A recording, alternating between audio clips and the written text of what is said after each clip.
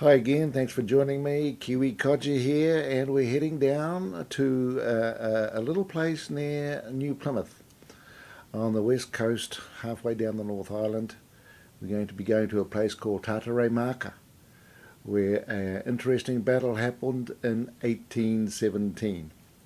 Now, the background of this is that Tarapraha, who you'll hear a lot of during the Musket Wars, who was in the Kawhia area, his pa was Totrapa, had sent word up to Murupenga of the Ngati Whatua and also to Tufore, again of the Ngati Whatua as well, different hapus, and had requested their assistance in attacking a Taranaki tribe called Aotearoa, but not Aotearoa itself, but a sub-tribe called Ngati Rahiri.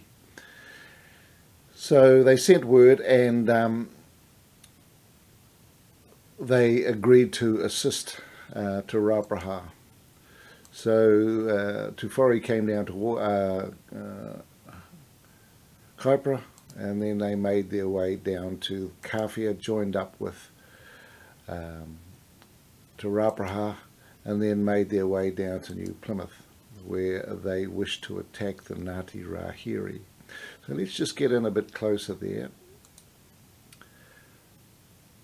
What actually happened, and this is something of a rarity, is when they got down there, I'm not sure what happened, but instead of war breaking out, peace was made, and which kind of is unusual. But one of the interesting things about this war party of the three tribes that had gone down to New Plymouth was that they had two muskets.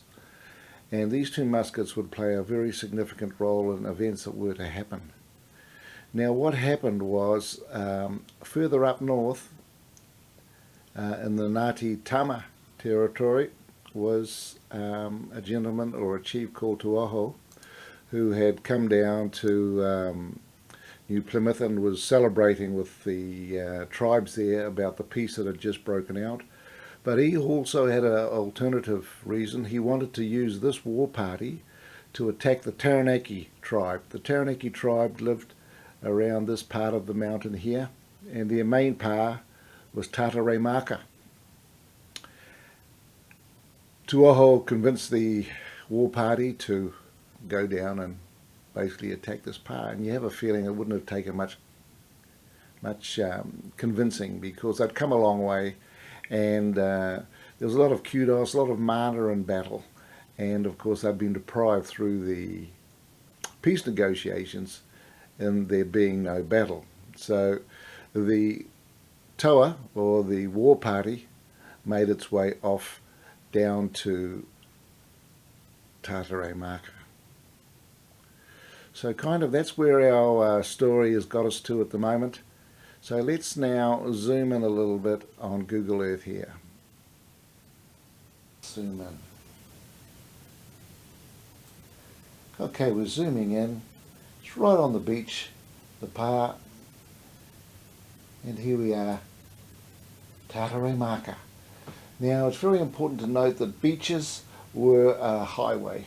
The sea is a highway, the beaches are a highway, the inland, very intense growth, unless there's been a native path made in the years gone by that they used. Going through the New Zealand bush was very tough. So the Toa would have made its way down via the beach, a few inland routes from time to time, but mainly via the beach to come and attack this pa. Now, when we start droning, you'll see there's a road that comes along through here. And this road is probably in line with the main ditch and palisading that would have occurred back in the day, 1817, and there would have been palisading around the upper parts of the pa as well. As these pas were mainly designed, unfortunately, for traditional weapons, so the idea of firearms really hadn't altered the design of pa by this stage. So let's organise to get up in the air with our drone, and we'll have a little look at what this looks like.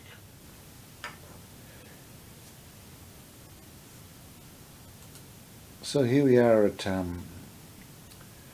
pa. This is pretty much low tide, and you can see how the landmass pushes right out into the beach, and at high tide the only way around here would be to swim around it or to go inland.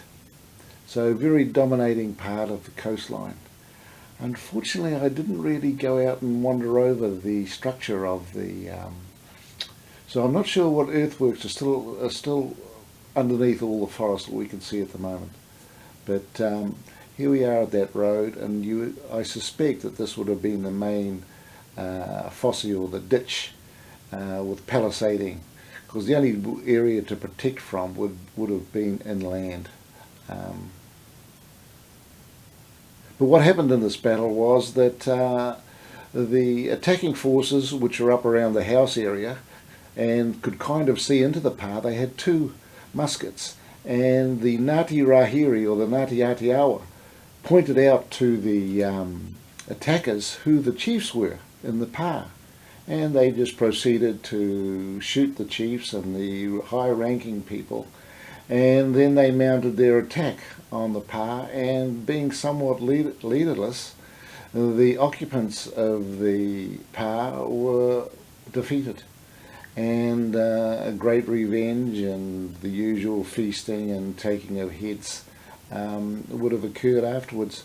So dear old, I don't know what Te Waho's original grievance with the Taranaki tribe was, but there you go.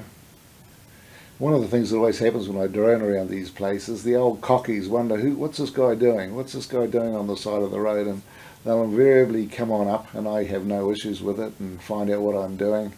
And once I tell them, they're quite happy, and normally often give me a little bit of their own take on the history of the place. So that is this episode. So this is the defeat. Now, the main reason why this one was important, because it showed to Te Rapraha, Murupenga, and all the chiefs that were involved, the power of the musket. And having only just a few, you could win a victory that really you shouldn't have won. Okay? So that's the significance. And of course, Te Rapraha, Murupenga would go on to bigger battles.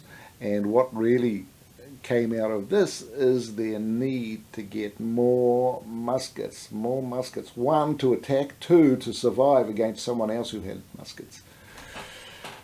It was tough times. Anyway, that's it. Thank you for joining me. Take it easy.